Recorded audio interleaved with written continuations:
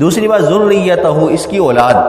اب اس کی اولاد بہت ساری ہیں، ان کے مختلف نام بھی ہیں تفسیروں کے اندر، اور مختلف ڈیوٹیاں ہیں۔ جیسے ہم وضو کرتے ہیں، بعض مرتبہ وضو میں وسوسہ ہو جاتا ہے، پتہ نہیں ہاتھ دھویا نہیں دھویا، چہرہ یہاں سے دھلا نہیں دھلا، غسل کرتے ہوئے شک ہوتا ہے پتہ نہیں میں پاک ہوا نہیں ہوا ہے، نماز پڑھتے ہوئے رکعت بھول گئے، کبھی تلاوت بھول گئے، وسوسے آتے ہیں۔ تو یہ وسوسے ڈالنے والا شیطان ہے نا، اس کا نام ہے ولہان۔ کیا نام ہے؟ ولہان۔ ولہان نامی شیطان جو ہے یہ وسوسے کا کام کرتا ہے۔ وضو ہو، نماز ہو، غسل ہو، عبادات ہو، اس میں جتنے وسوسے آتے ہیں یہ ولہان کا کام ہے۔ اور دوسرا شیطان ہے آور۔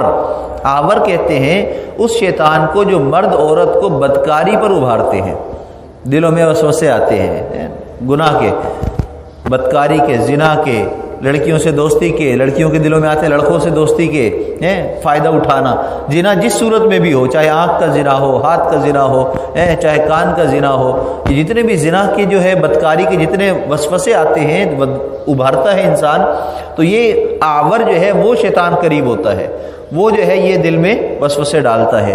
اور تیسرا متوس۔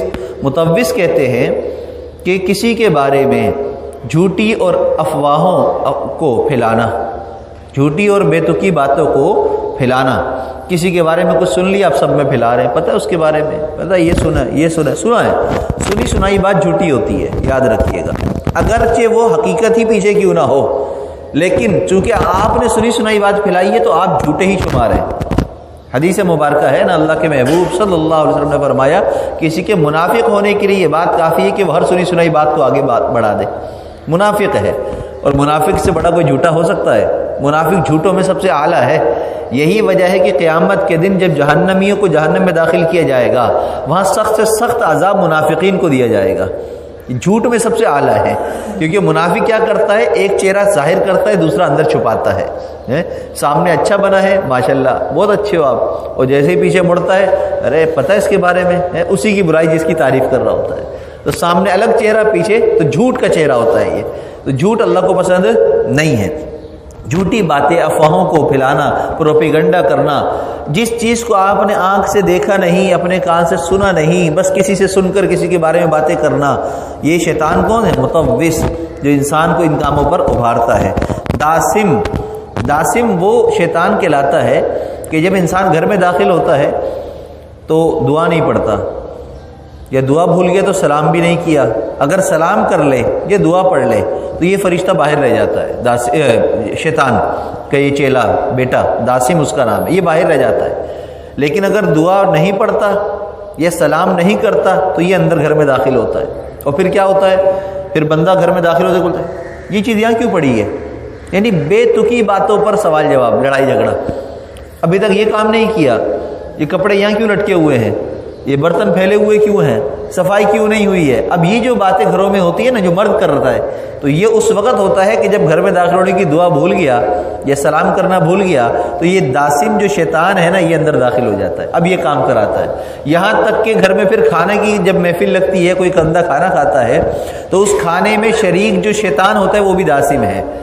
دعا نہیں پڑھی تو یہ اب یہ گھر میں ہر کام، وہ کام جس میں بسم اللہ نہیں پڑھی جا رہی، ہر کام میں شامل ہو رہا ہے، چاہے وہ کھانا ہو، چاہے وہ بیت الخلا ہو، چاہے وہ میاں بیوی کا ملاپ ہو، ہر گھر کے کام کے اندر یہ داسم جو شیطان ہے یہ داخل ہوتا ہے، یہاں تک کہ اس کام کے اندر نحوست، بے برکتیاں اور خرابی کو پیدا کر دیتا ہے۔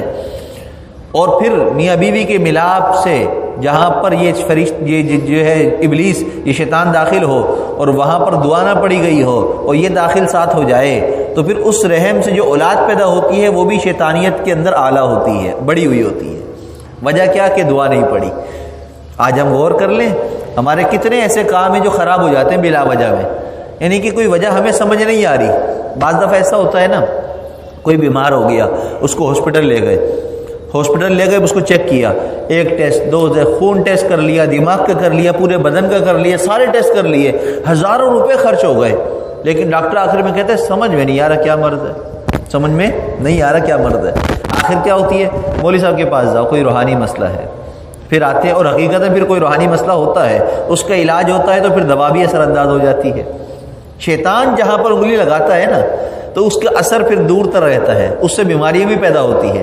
پھر بیماریاں صرف دوا سے نہیں جاتی، دوا کے ساتھ ساتھ دعا کی ضرورت بھی ہوتی ہے، صدقہ خیرات کی بھی ضرورت ہوتی ہے۔ تو بندہ یہ کام نہیں کر رہا ہوتا، صرف دوا کر رہا ہوتا تو علاج اس کا صحیح نہیں ہوتا۔ بالکل ایسے ہی بعض مرتبہ چھوٹی چھوٹی باتوں کے اوپر میاں بیوی کا جھگڑا ہوتا ہے، گھر کے اندر جھگڑے ہو جاتے ہیں، اور بعد میں بندہ سوچتا ہے یار کیا ہوا تھا، جب تنہائی میں سوچتا ہے تو کوئی بات ہی نہیں تھی، اور جس بات پر جھگڑا ہوا تھا وہ تو کتنی بے عقلی والی بات تھی، وہ جھگڑنے کی بات ہی نہیں تھی۔ وجہ کیا بنی؟ شیطان ہے، یہ جو ہے داسم جو ہے یہ داخل ہوا، اس نے سارے کام خراب کرا دیے اور ہمیں پتہ ہی نہیں چلا۔ تو ہمیں شیطان کے شر سے اپنے آپ کو بچانا ہے، اس کی اولاد کے شر سے بچانا ہے، جہاں پر اللہ نے یہاں پر اس کی بات فرمائی ہے۔